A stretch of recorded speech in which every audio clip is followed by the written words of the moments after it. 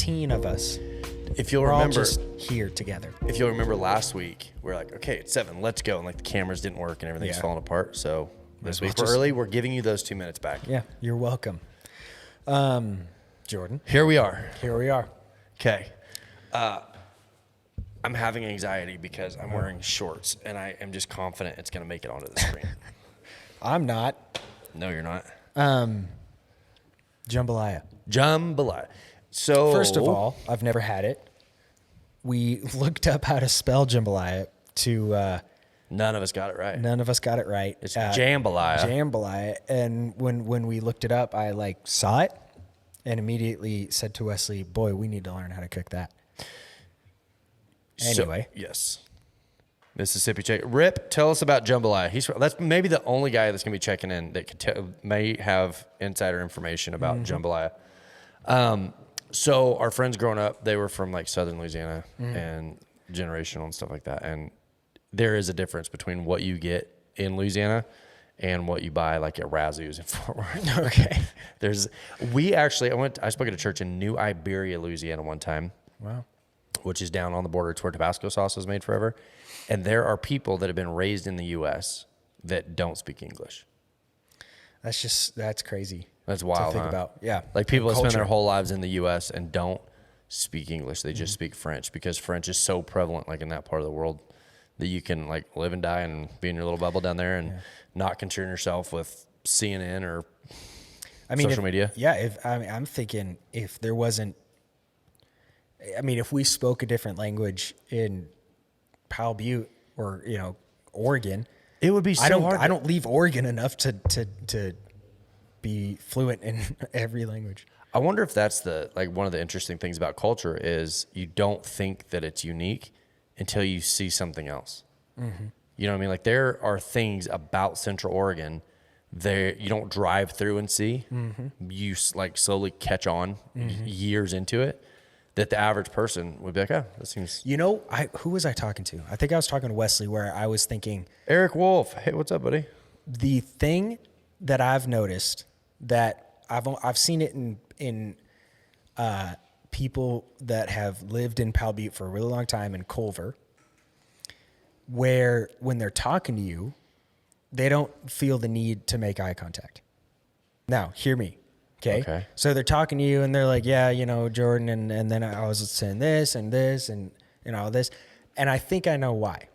Because if you're in the city and there's a lot of people around you, you have to make eye contact with the person because to signify I'm talking to you, right? Interesting. Yeah. But people that have grown up in Powell Butte and Culver and these places where they're just talking to people in a field, that you don't need to make eye contact to signify to go with that if you're working on something together. Because exactly. I heard somebody say one time, like that a lot of the relationships aren't face to face, they're shoulder to shoulder. Mm-hmm. And I feel like our church is kind of that way. Like we're kind of a shoulder to shoulder sort of a culture. Mm-hmm. So you don't have to sit there. And in fact, I'm getting my neck worked on. We got some good comments coming in. I'm getting my neck worked on right now. And the people that are doing it are like very focused on your face. Yeah. And it makes me so uncomfortable because I don't know where to look. When someone's just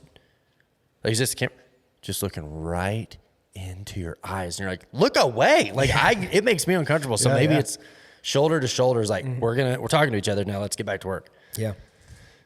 There used to be a couple that did cowboy church at rodeos and had a bus. They cooked amazing meals out for the contestants and the best Cajun food, jambalaya, bread pudding, awesome memories. That, I know those people. Man.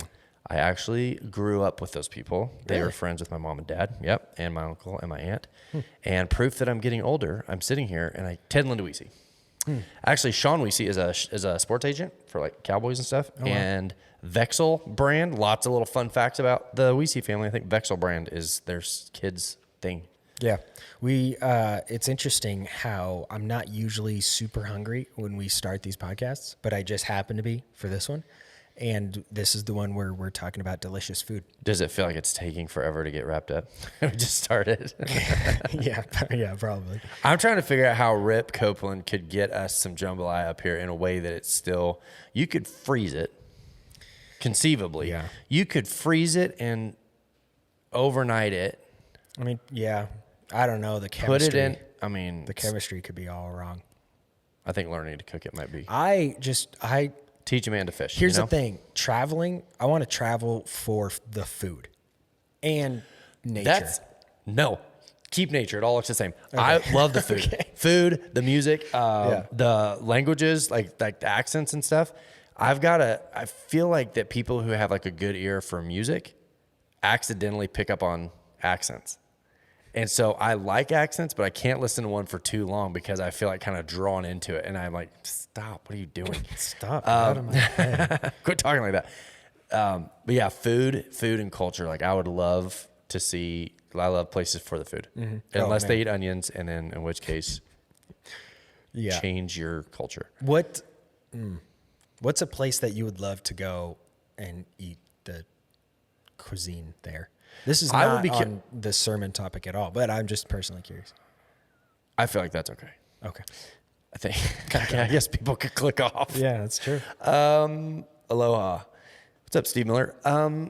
I think that's why I love the Tex-Mex thing so much is there is such the Mexican food influence with the Texas barbecue. You feel like you're getting, I don't know if anybody that's on here would I've known in the junior rodeo days, but when I was a kid, they would do like drunk chickens, like beer can chickens and cabrito fajitas and things like that. And that's what, like in West Texas, you get a lot of people that raise a lot of goats and stuff. And it was I didn't really think of it as being part of the culture. I just knew that I liked it. And so I think that's where I fell in love with the food and the culture sort of a thing. Cause then you go other places and it's not that way. Like the California taco wagons, things like that. I think that's fascinating. I would like the ketchup chips in Canada at Tim Hortons. Have you had those? Yeah, that used to be like when people were going to Canada, that was like the order is unopened bags of ketchup chips. Because you have to clarify. So yeah, I don't know. Maybe Italy. Go see what the food's like in Italy. I have no like bakeries and stuff in France. Maybe. I don't know. Yeah.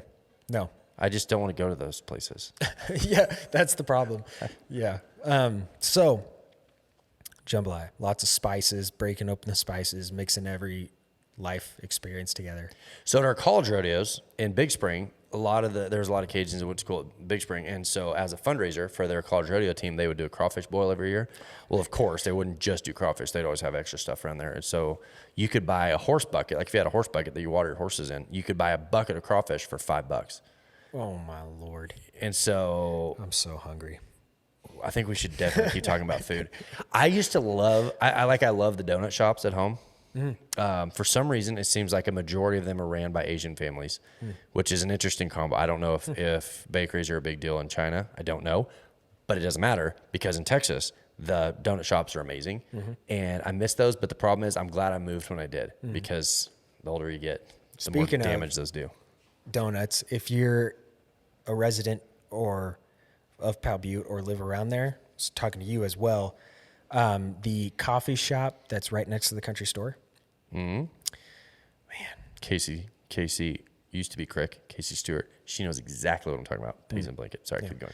I don't know what it's called, but is it the food? Is it the food one or the coffee one? Well, the food also is incredible too. But so at the coffee shop, they sell maple bars, and they're like homemade with like homemade maple bar icing and stuff. Oh man, that's what for like every birthday or celebration. It's probably good that I haven't found those yet. It's dangerous.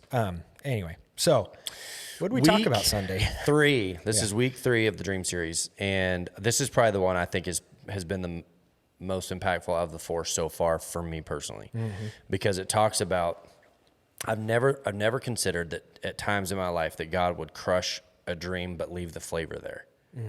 And the maturity for me, the maturity that requires to let something go, but not exile it from my life. You know, like I don't want to exile things that didn't work out. And how many times as people, we want like nothing to do with anything that brought any sort of embarrassment or felt like failure. But yet God will use like the time in the pit with Joseph to like season him, even though he's not going to stay in the pit.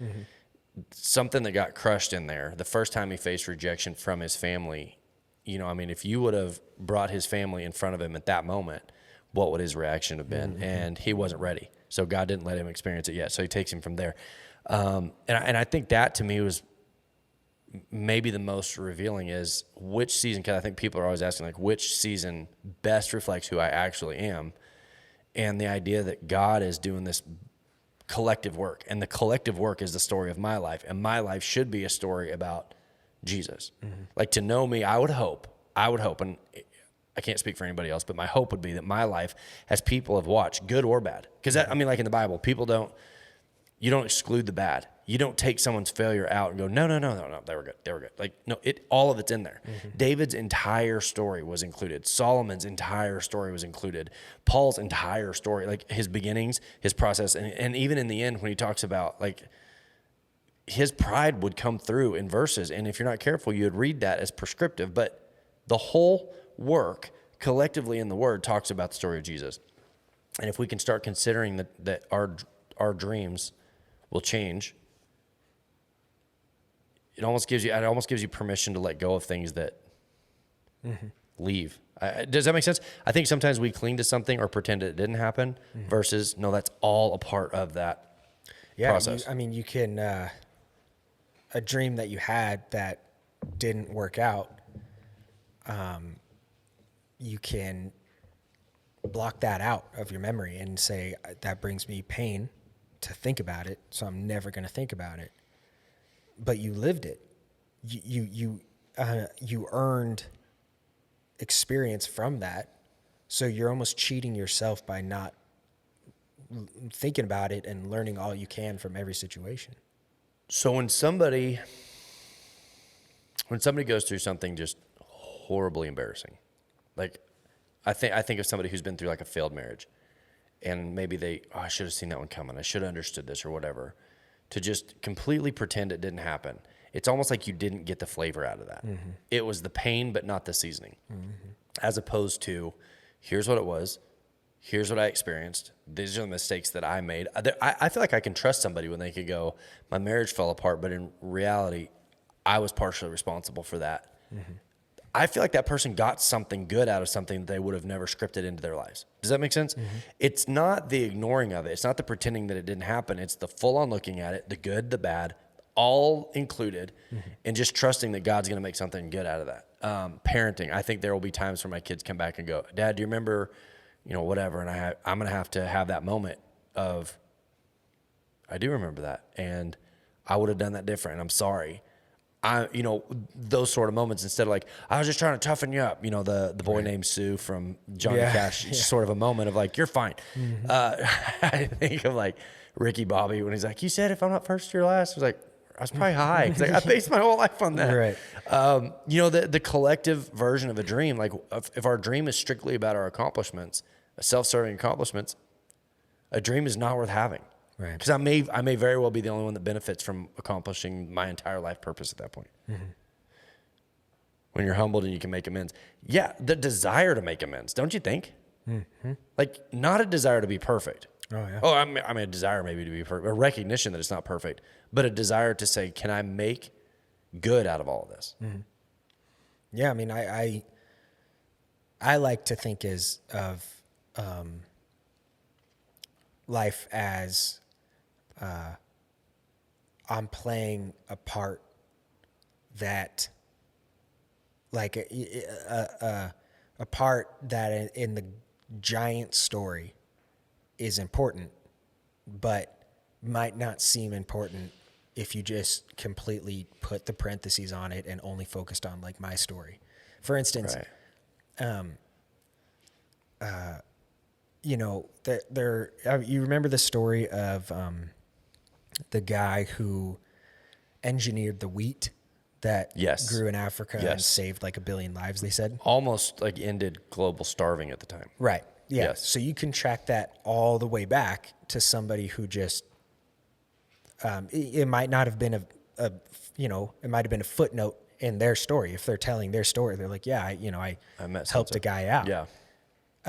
But then they could have other adventures and stuff. But then God's using every single little thing for a giant story. Okay. Perfect example. The unintended consequences, the good, the bad, all being included. Isn't the same thing that allowed for the wheat to be grown in arid climates, isn't that the exact same combination of chemicals that they used in the gas chambers? Oh, man, I'm not sure. Have you heard this? No. Am I crazy? No, I'm almost positive that there was a relationship to the the chemicals used in gas chambers and what allowed them to grow wheat in arid climates, that it was good and it was bad at the same time. Right. Collectively, that's what's fascinating about like the life stories. Well, and I mean, you can even go back. I'm going to Google George Washington Carver. That's the story. So I thought he invented peanut butter. I think that's the idea. Yeah. So since we're about to learn a lot. So all right, Mike McLean. So if Norman Borlaug, that sounds better. Washington Carver was the peanut butter guy. But that was all connected. Oh, really? So yeah, that's the whole point. Was something terrible happened. I mean, you can track back to the first step. Holly says Mike is right. You're not allowed to back up your husband. Yeah. But like the story started with a terrible thing. I mean, a horrible act of racism. You know, they burned down a town. You know, they wrecked a family, and this family said, "I'm gonna take this and raise this kid."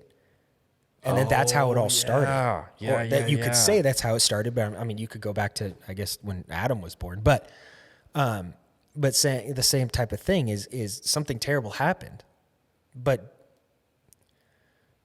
through that, a billion plus lives were saved, and who knows how much more. That's what's fascinating, is that in the moment, how do you determine if something's good or bad? We as people don't have the ability to even tell if something's good or bad, because you go, this is obviously bad. It's like that old joke of like, I fell out of a plane, that's bad. I had a parachute, oh, that's good. I fell on a house stick, that was good. You know, we don't have the ability until the story is over to determine if something was good or bad, not even in our lifetime, because maybe my life contributed to something that was better later on.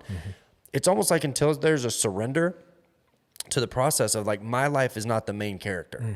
Jesus is the main character. And if I get a supporting role in that is a very meaningful life spent. So many times people want to seal up a good, valuable, I'm the hero of this story, which is narcissism. I'm curious. Hold on. I think I'm on it. It's Oscar Groening. Oh, I'm so curious. I think that there was a I'm not going to waste time on the podcast. I'm going to look that up.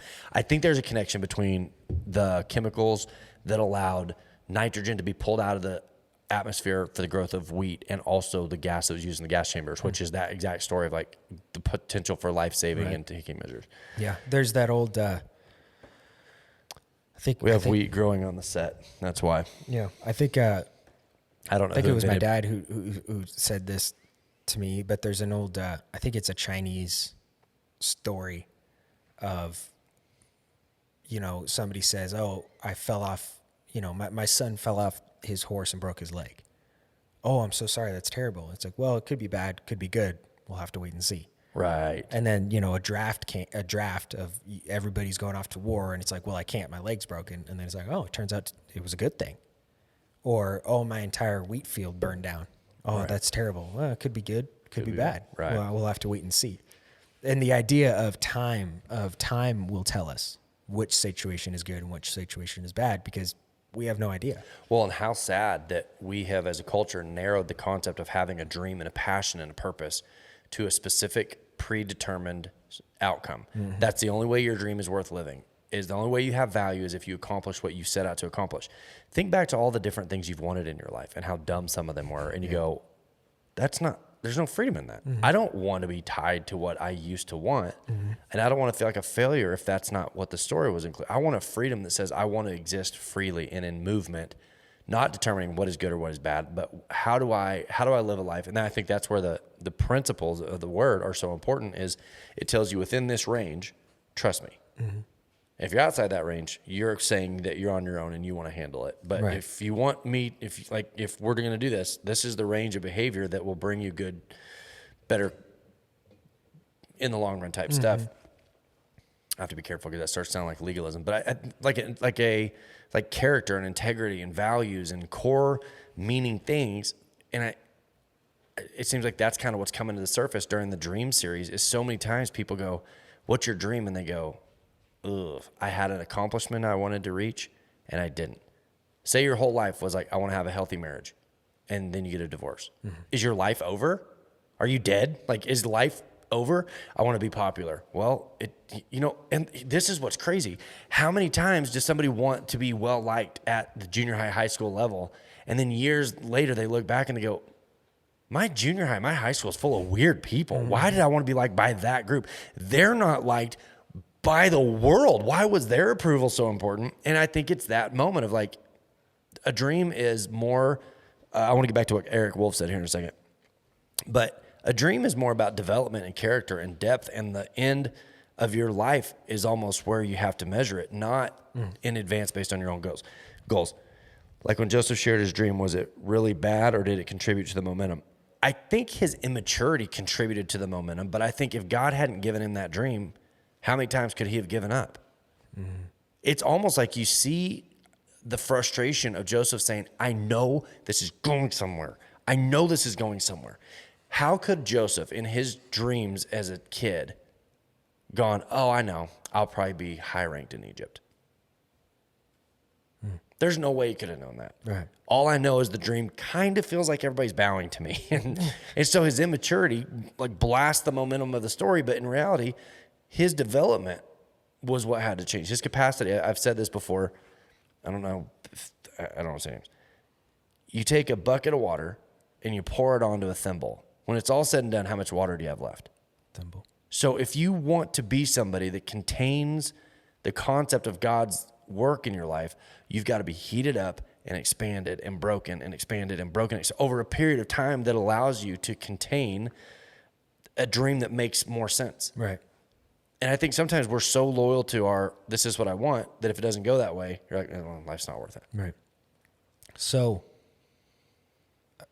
let me pose a question that I was curious about, and if it's not on point, or if it would take too long to explain, we can pick it up in a different podcast.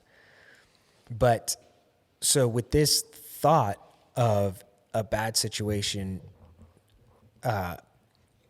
where does the view, some people, the view of there's a death in the family, and some people viewed it as like, well, God had to make you strong. And it's like, God didn't do that. Right.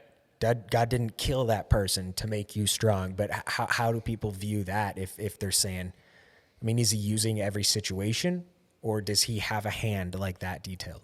Here goes the depth. As much depth as I can offer. God somehow manufactures choice. We call that free will, but it's not completely free will. There's not predetermination. It's choice. You get choices in the matter. Mm-hmm. And there can be times that you can look at something. It's not the might be good, might be bad. You can look at something and go, I cannot imagine a way that this suffering is good. Mm-hmm. But Timothy Keller said it this way. He had a dream one night that his entire family was massacred. And in his dream, it was so vivid and so realistic. He goes, it was like he could sense and feel and smell and taste and all the things that would have been in that moment. It's like he got to fully experience the catastrophic grief of losing his family in a horrific way. Mm-hmm. And then he wakes up. And the moment he wakes up, he goes, it was all fake. Mm-hmm. They're here. And he said, the passion that he felt for his family in that moment was so much greater than it was when he laid down to go to sleep, because it was like he had experienced loss and regain, right? And I wonder sometimes if in the middle of it, we're trying to make sense of it in the moment instead of looking at it in the rearview mirror going, it was all a dream. I wonder if that's the sense that we're going to have. I heard about a guy that took a psychedelic trip, and in this psychedelic trip, he was somewhere for like 3 years and lived with a family and full on like had a life and all this stuff. And then he wakes up and it was only 10 minutes later. Don't get too far down that road. But my point is, what is time and what is suffering and what is pain and what is life and what is death?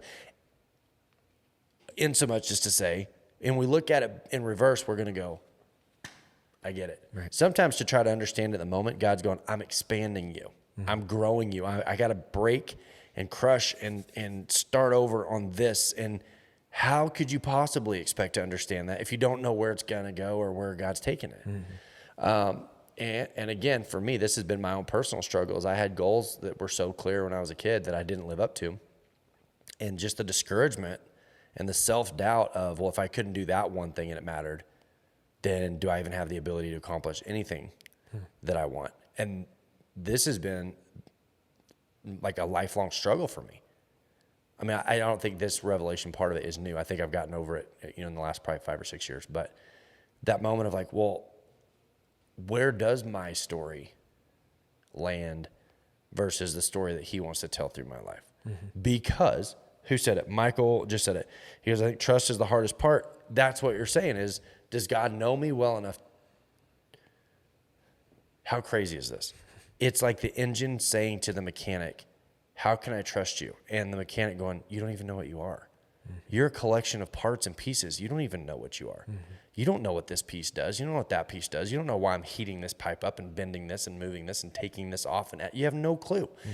The trust is to say that when it's all assembled, our life will make sense, good and bad. Like if something gets dropped and dented because of our bad choices, it can be repaired. It can be heated up and reshaped only in the surrender to the mechanic. Otherwise, you might be able to take like a fan and a little cord and a little battery and get like a reaction back. I think that's what I am. And how many times you see people doing that where they take a couple little small pieces of their life and they use that to anesthetize themselves. Like, I'm a fisherman. I just love fishing so much. And you're like, yeah, but what about all of the thousands of other things that make you who you are? Like, I just don't think about those pieces. Mm-hmm. It's all extra. So what would you say to someone who is in the middle of it? I'm thinking back to, it was, we've talked about this before, how God knows us better than we do. Right. Where he's working on something, or he'll give us something that is so incredibly unique, where you just kind of break down and you're like, only the Lord would know that is the personal checkpoints. Right. And those are the moments to me where I'm like, that gives me trust. Those moments are the ones where I'm thinking, I didn't even know I wanted that. I didn't even know I needed that. So I'm going to trust you because, so for me, though, I think of those moments, I keep those moments in my head of if I'm struggling with trust, I pull those moments out to get me through the next day. What would you say to somebody who can't think of a trust moment like that, but they're going through it right now? They're going through the stretching and the breaking. You and I actually had this conversation, and I think we've talked about it on the podcast before. You were talking about getting married someday. Is that okay? Yeah. And you're like, it was a high value to you. Sure. And the conversation, you were in the middle, in the moment, you were in the middle of it. Mm-hmm. It wasn't necessarily, where is she? Because I never got that sense from you at all. Never like, where's the one? It was, what will marriage look like? It's a high value. And I asked you the question at the time. I said, what if God never does that? And I'll never forget in that moment. It's so interesting now. Here's a perfect example. We're now looking back on it, and it doesn't seem as meaningful in reverse as it did in the moment. Yeah. What if it never happens? And you're like, I don't want to put words in your mouth, but somewhere along the lines of like, I would have to rethink all of it. Yeah. Like if I were to find out God's never going to bring me a wife and I'm never going to have a meaningful relationship, that changes my whole expectation. But I think what it did, again, not putting words in your mouth, but I think what it did is it allowed you to like let the idea die. So that if it was ever brought back and God does bring somebody in your life, instead of like about time, it's like a deep appreciation, because a marriage is not what we were taught. It's not this like blissful, great, everything's wonderful and it's always birds chirping and music.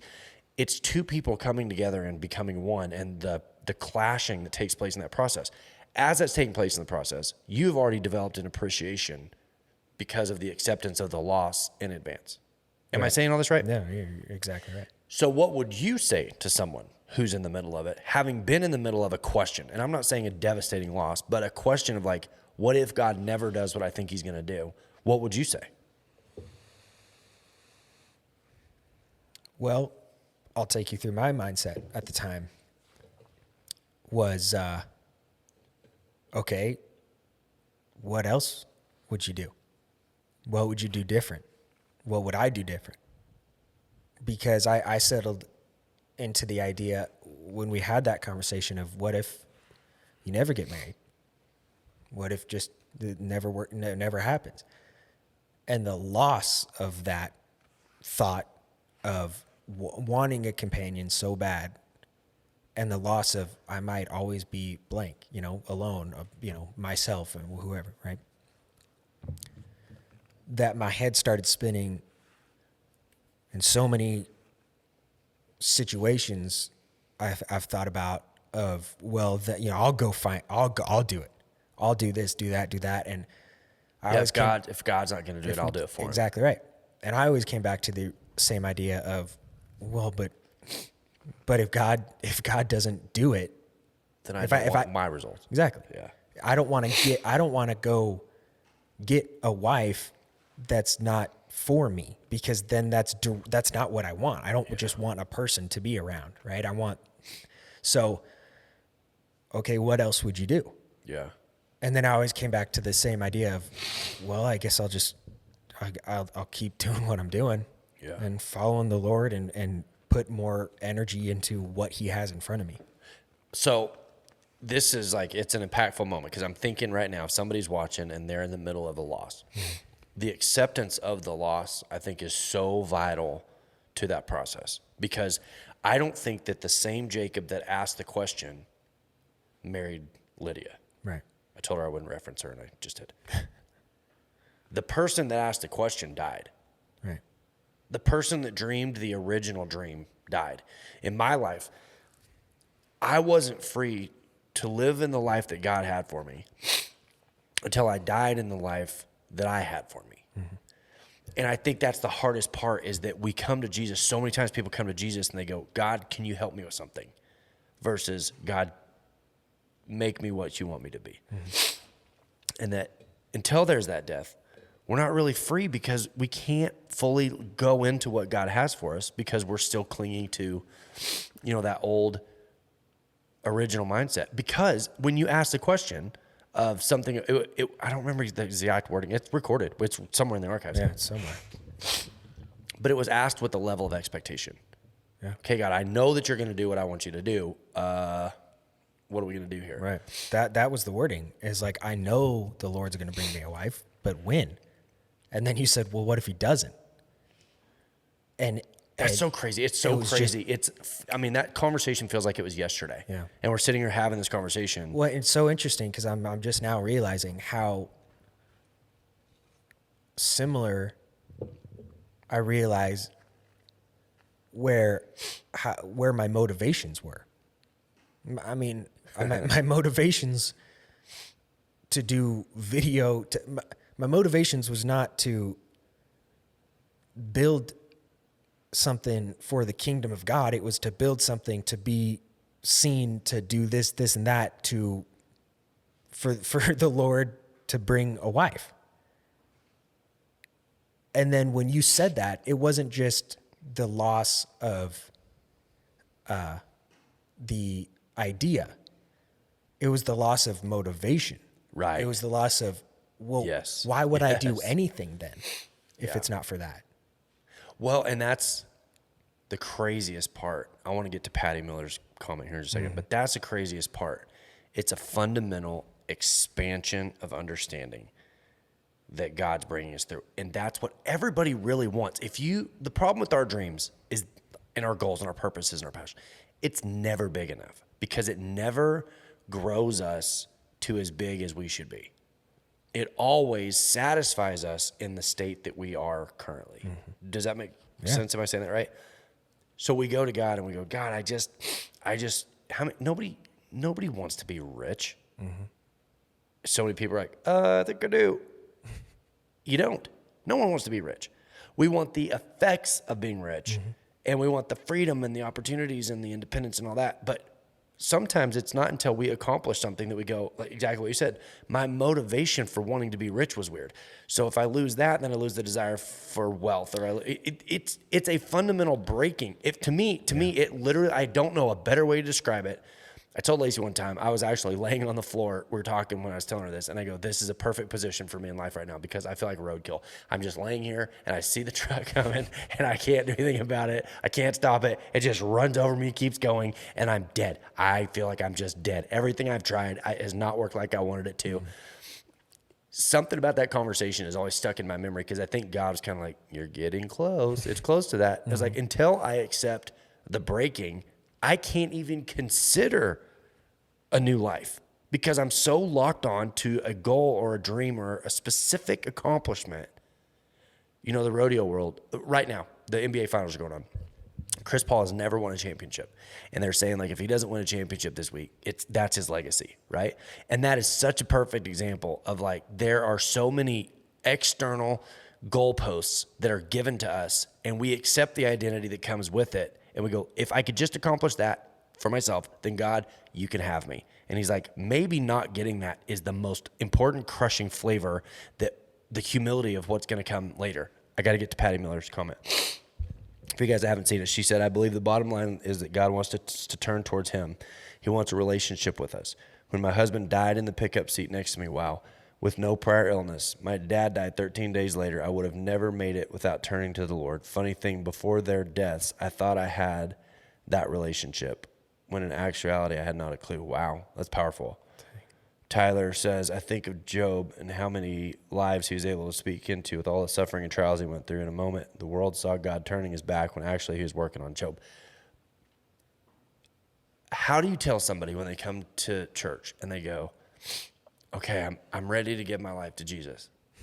No, you're not. Not in a skeptical sense at all. There's a part of me that goes, do you know what that means? Mm-hmm.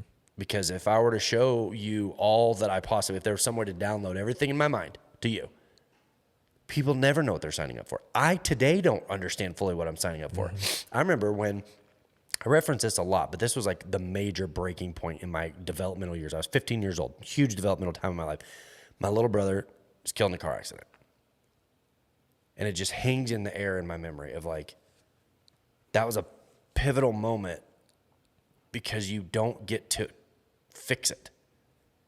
That was the thing that stuck in my mind, is you don't get to fix an instant death, right? I've never said bye to my kids. I've talked about this before. I never say bye to my kids that I don't think about that. And if I'm not careful, it shapes how I parent, because I'm like, no, you'll get hurt. Don't do that, you'll get hurt. But I never say bye to my wife that I don't think about that. I never in my mind ever take one moment for granted, ever. So as crushing, you know, I think of it like a pepper. You crush a pepper and you get the flavor throughout the whole mixture. My life will always be flavored by a moment of crushing that my family went through, but God's going to use that to do good. Now, I remember one time I was like, but God, maybe 2 or 3 years later, God, like, his life was just cut short. And I remember the sometimes God doesn't download words. It's like a concept that you just understand. But it's like God explained, like, no, he lived his entire life. He took off, he flew, he landed just like everyone else. You know, his plane didn't go down. It went and it landed. And I'm like, well, it was only 13 years. It doesn't seem very long. And time only matters in the course of time, when in the course of eternity, what life is long? Mm-hmm. If time doesn't really get to exist, what? Yeah. And his life was meaningful and it was impactful. And my brother gave me a gift that affected the way that I parent and the kind of husband that I am. And this is what I'm talking about. It all goes into this big jambalaya version of life. And you go, well, then why am I trying to control it? I'm not the chef. Well, and it's interesting, the idea, you know, I can use my example, or Joseph, and you said it, you said it to me, that you say, I know the Lord's going to do this. How do you know that?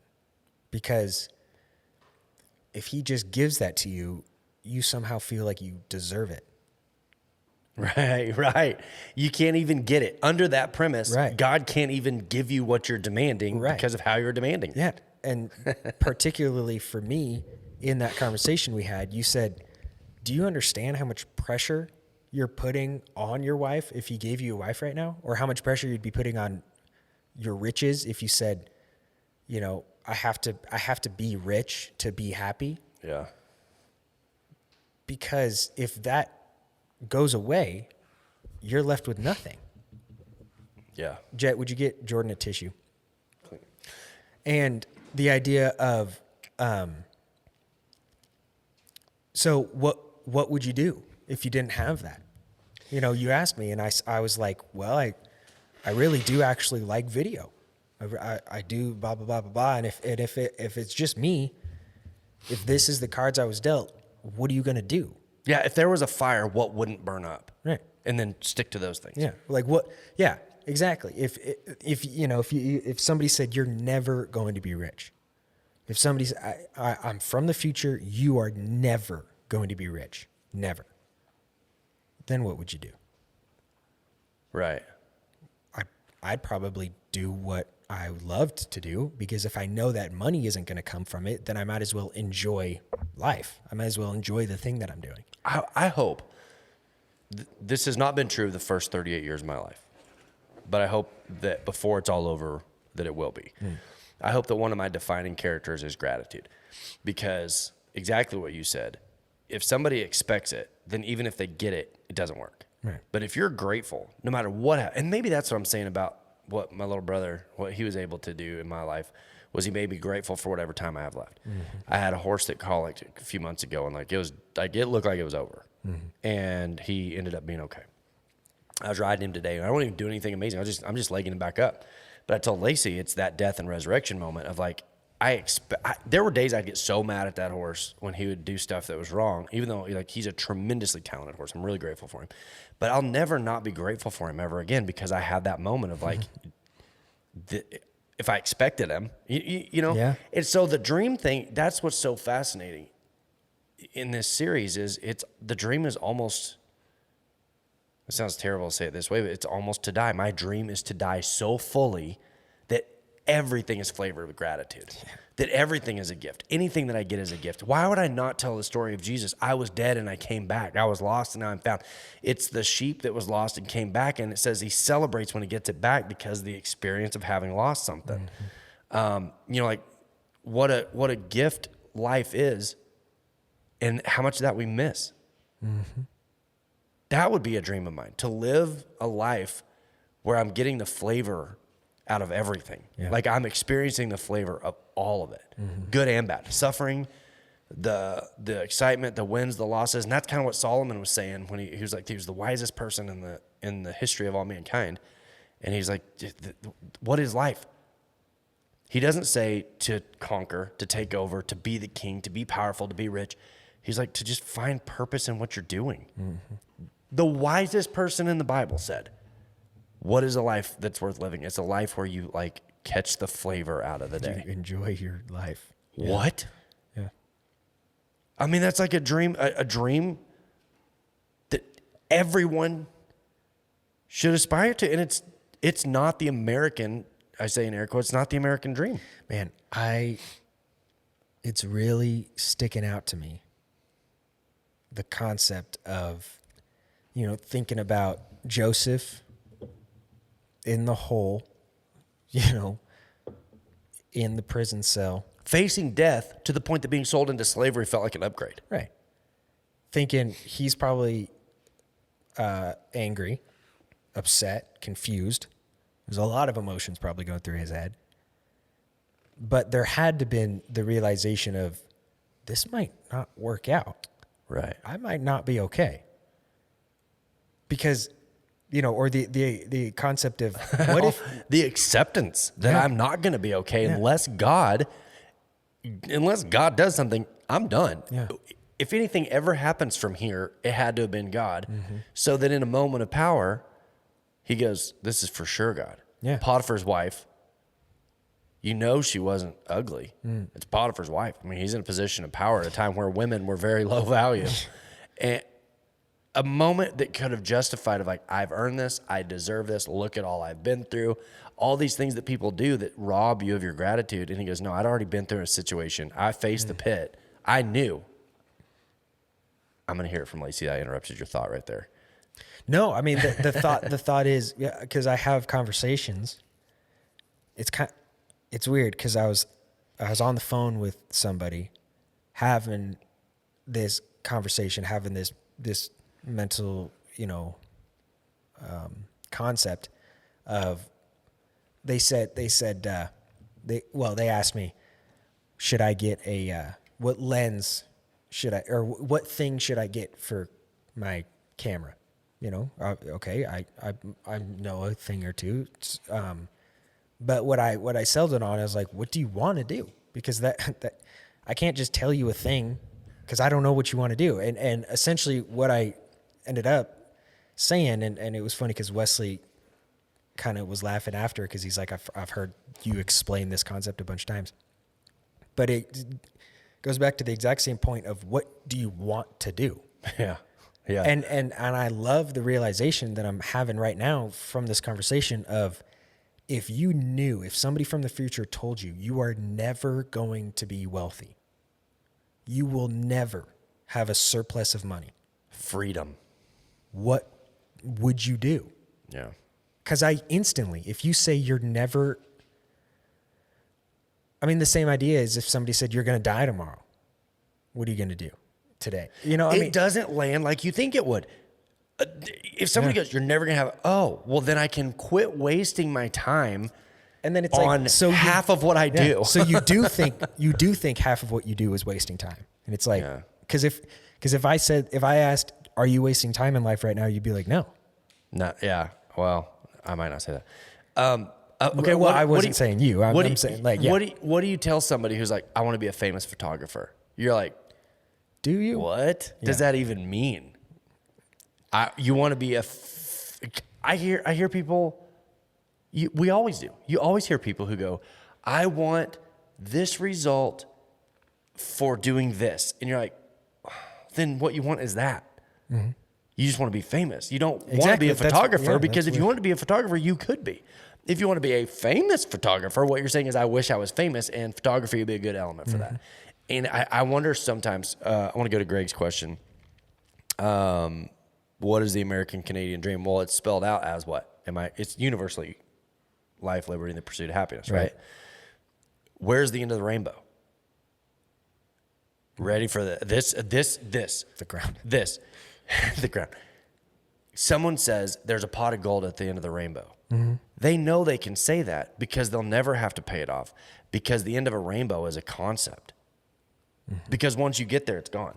And I think that the American dream has been peddled as, once you get there, gold, fear, consumption, comparison, conquering, victory, life, liberty, and the pursuit of happiness. You have to have a life. You have to be free and independent, and the pursuit of happiness. But the problem with happiness is they make sure that you can never actually achieve it, because if you ever actually achieved it, you quit spending money. And this is what's so confusing about the pursuit of happiness. What is it? What is it? Because I want to be a famous photographer. What does that even mean? Famous to who? Mm-hmm. How famous? for what photography? Like what? It's one of those things that looks beautiful, because sometimes like those rainbows are just so clear, and you're like, the end of the rainbow. I know it's right there. I know enough about rainbows to know you get there and it's going to be gone. But to someone who's never had the experience to go pursue a rainbow, you're like, no, I'm pretty sure I can find the end of it. Right. That is what I'm understanding about a dream. If we're not careful, it always drags us away to further, to go and be gone and to give up what we've got. It's that field of diamonds where the guy discovers diamonds and like has a passion for them. Have you heard this story? It's a true story. It's told as a true story. Ali Hafed, I think was his name. And he becomes so obsessed with diamonds that he sells his place and goes off in the world in this pursuit of diamonds and never finds the diamond mine he'd hoped to find. Goes broke, dies. The guy that bought his farm is out in the river one day, sees a rock that he thinks is pretty, picks it up, puts it on his mantle. Somebody comes by and goes, "Where'd you find that?" He's like, "Oh, there's a bunch of them down there in the river." And they go, "What? That's a diamond?" He's like, "No, that's down there in my river." The world's largest diamond mine was discovered on the property of Ali Hafed. I'm almost positive that is his name. And that's what I'm saying about this dream thing is like God is doing so much in your life because he's the chef, he's the mechanic, he's the curator. That means, can we just pause and make sure everybody understands this? If you're listening, please try to catch this point. If God is the curator of your life and the creator and the mechanic, all the pieces for the dream that would be the most meaningful either is in place or will be as it's needed. You can't go chase it down. Mm-hmm. You live on the field of diamonds. Everybody lives on their field of diamonds. Mm-hmm. But the American dream says, sell that and go pursue something better. And that just drives consumerism. Yeah. I mean, it's interesting that realization of the falseness of the pursuit. If it was achievable and people could do it, you would lose customers. Yeah. I mean, and that's the whole idea. I think we talked about this, maybe it was last Monday or I can't remember when we talked about this, but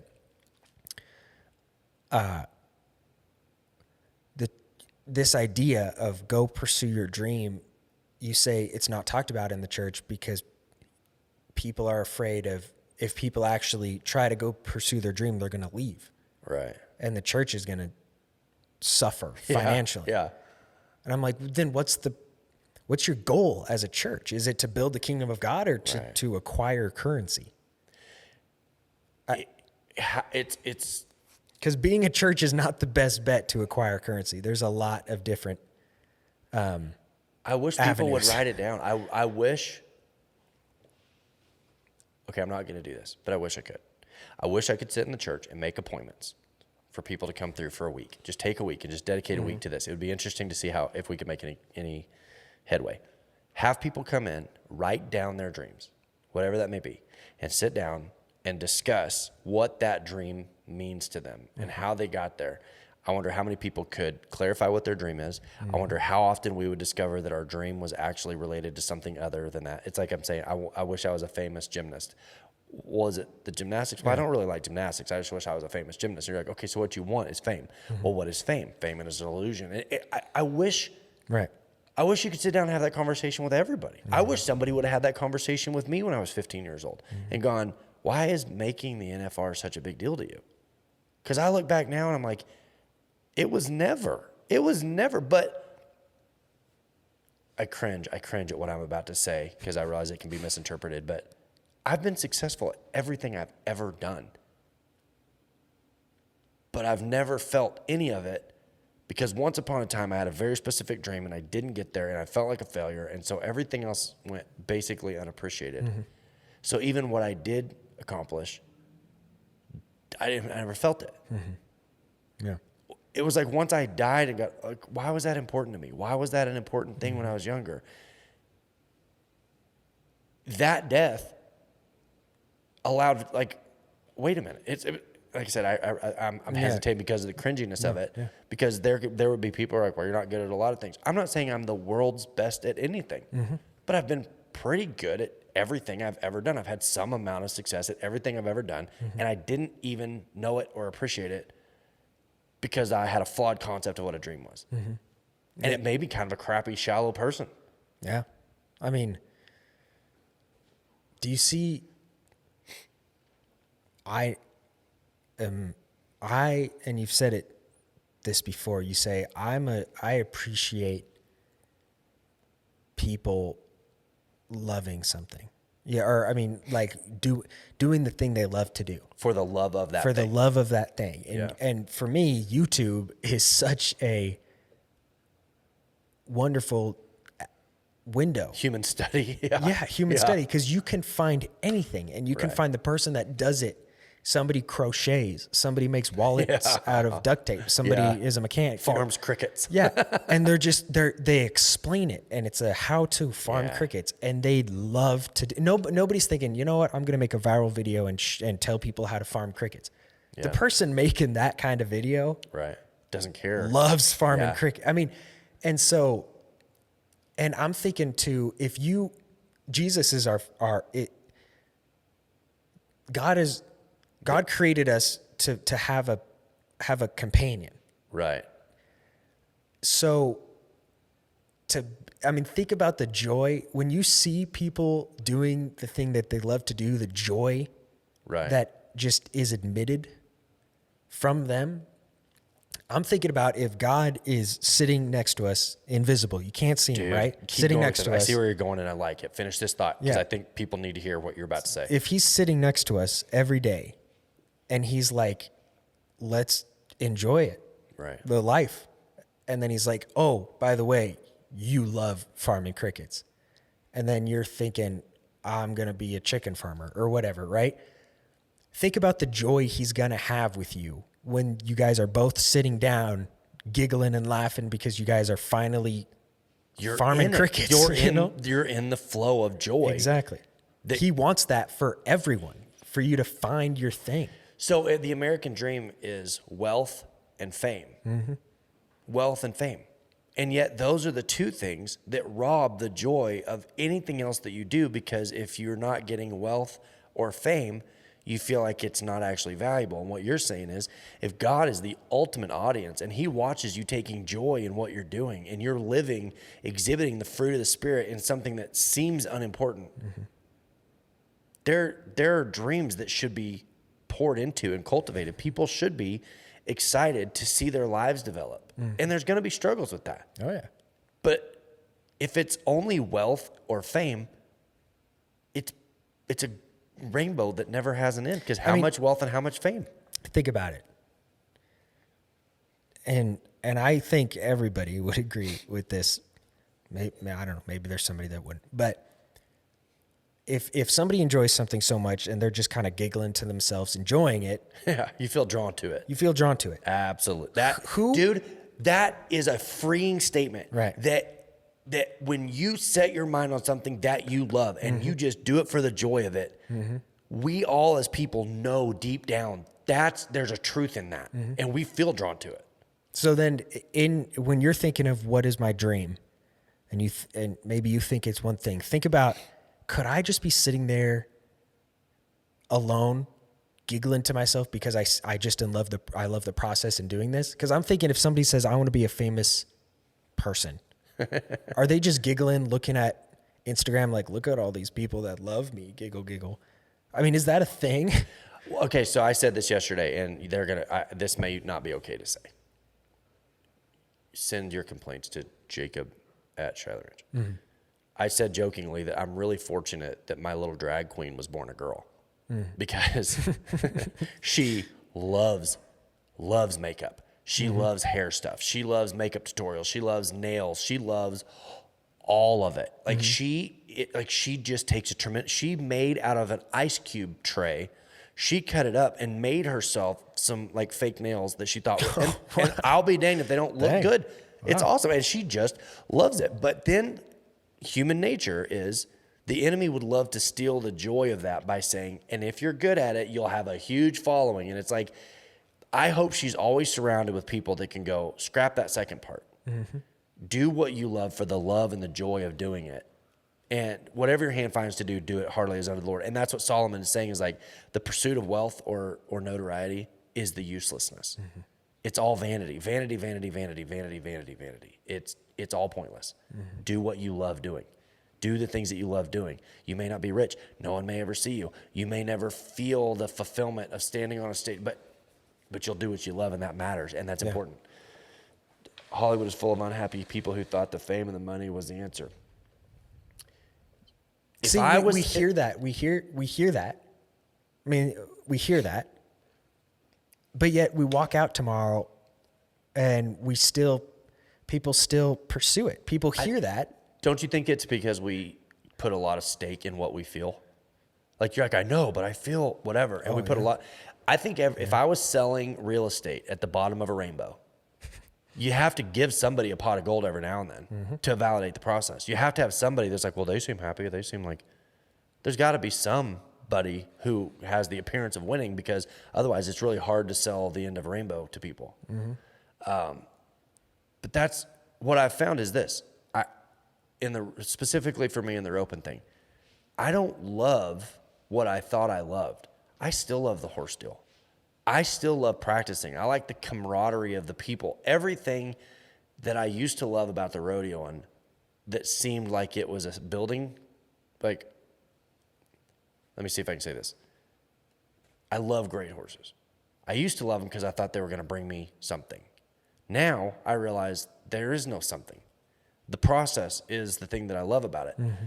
Not because I want it to be my job, not because I want that to be my source of income, mm-hmm. but because I just genuinely love it. Mm-hmm. And there's a peace about that. There's a peace that comes with that. I genuinely, and I mean, from the bottom of my heart, I love doing podcasts. I could do podcasts, we've done them, and never publish them, because there's a lot. I feel like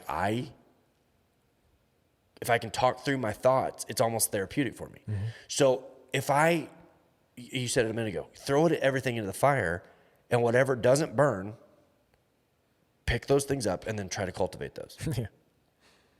And that's what Joseph, he's like, I have a dream. Get the one ring that rules them all. How funny would it have been? How funny would it have been if Joseph was like, okay, I'm going to give you guys some food, but here's what I'm going to need. I'm going to need you guys to dress up as sheaves of wheat real quick. Of what? Because his dream was like, you guys were sheaves of wheat. And you were bowing to me. Yeah. If he's like, all right, listen, I'm gonna hook you guys up. This thing. But I need this moment for me. And you're going to need to fulfill. But the grace was, I don't need to be over you for my dream to work. He didn't put himself over them. He said, it's happening. And everything about the dream that was virtuous and pure stayed. And everything that was prideful about the dream and the way he explained it burned. Mm-hmm. The fame and the fortune burned. The love of rescuing his family remained. And so the common theme or thread of that dream stayed throughout. Mm-hmm. The pit burned. The slavery, that burned. In prison, all this fire. But the flavor stayed. Mm-hmm. Jordan, you're good at podcasts. Very good. Thank you. But I think I'll enjoy improving at the podcast concept because I like doing them. I love hearing your perspectives. Lacey got after me for interrupting last week. But if we don't ever publish another one, I love people coming in and going, that's not the Jesus I ever heard of. Mm-hmm. I love getting to hear you and Levi and Wesley talk. I love getting to know Wesley. I probably would have never got to know Wesley. There's a place where a lot of these things are happening, and I wouldn't say that we're particularly well known in the world. Yeah. And yet it doesn't rob from that process. Yeah. Does next week, is there another part? Week 4, yeah. Okay. Yeah, I've. If it felt like I hesitated a few different times today, it's because I'm trying not to reveal, jump ahead. Yeah. I've never written an entire series in advance before. I've always I'll preach it until I run out of that thought. Yeah. And I had this one. I had this one in my notes already done before July ever got. Probably the second week of June. Okay. Here's a question, and just in your process of this, have you preached one and then had another realization and added or moved around some stuff for the next ones, or is it you got it and then click? So I don't know if anybody's gonna think this is interesting or not, but I don't think I've ever talked about the process of writing a sermon. But here's how it generally works: mm-hmm. I'll learn a concept, mm-hmm. and so then I'll research it as much as I can, and so then when I sit down to write, a lot of times what'll happen. This is why writing a sermon takes the most amount of time. Is because you take a thought and you're trying to communicate it in a way that's mm-hmm. understandable. Sometimes in the middle of writing it, you run into a question. Sometimes this is what happens. I'll realize that what I thought I knew was wrong, mm-hmm. and I have to go back. And if it's Saturday afternoon at 5:00 in the afternoon, you're like, I don't have time. I don't have time to. But usually what happens is it's like walking through ice and something will break and fall through and you're like, that's what I was looking for. Mm-hmm. And so you'll stop short and go, that needs to be that right there needs to be the whole sermon. And so you put stuff off or whatever. And that was, I think, just from a developmental skill of preaching a sermon is knowing how to not preach 3 sermons in one. Let one sermon stand on its own and be the whole point. Where do you initially learn the concepts? Rope Myers one time said something. He's where I learned it. He said, when you're trying to teach someone how to identify counterfeit money, you don't show them thousands of different counterfeits. You just show them real money over and over right. and over and over again so that when anything that's different than that happens, it stands out. I take that same approach in my life is that I live with headphones in. Whether I'm riding, whether I'm driving, whether I'm doing whatever, I've constantly got podcasts in. I've got a real deep understanding of the word, of the knowledge of the word, of what's in there. So usually when I'm reading the Bible, I kind of know what it's saying. But every now and then you come upon a question and go, I've never wondered that before. Wait a minute. That's been there the whole time. I've known that verse. And something based on the information of life that's coming in, this expanding sort of the container, you go, wait a minute. If this is true and this is true, it's like it presents itself as a question and it gives you something to go pursue.